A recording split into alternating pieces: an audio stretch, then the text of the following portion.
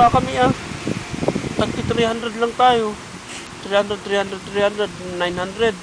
Wala na tayong babayaran. Kumbaga sa apartment ko, consider na lahat yun 300 tayo. Baby! Kung gusto mo, may bata kami, maingay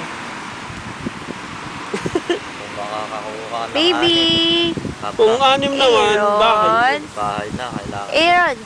Aaron! Para at least mag-uupahan sila. Aaron! Diba? Hindi rin. Kahit na mag-apartment silang makakatipid pa rin sila. Katulad ng chip-in nyo. Chip na kayo Kaya kami, binabayaran namin bali 800. Dalawa lang kami. Magkano na yung 400 magkano na ng yung 800, 300, o may 200 sana every month kami. Na saving. Savings, wala Kung sasama ka sa amin, hindi ko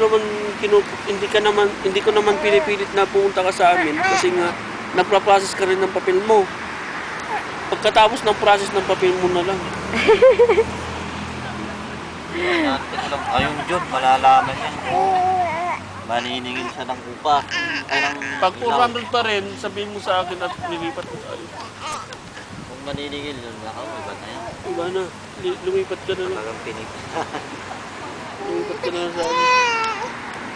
Bibigay ko isang kwarto sa'yo.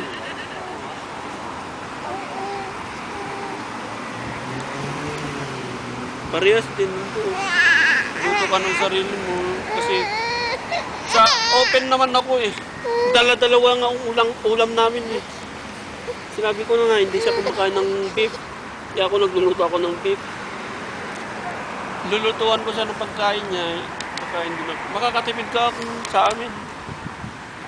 Akala mo marami kami nakakain, pero mumurahin lang yung binibili namin. Pupunta kami sa Gateway. Kasi yung mga kasama kong Canadian, sinusundo ako doon.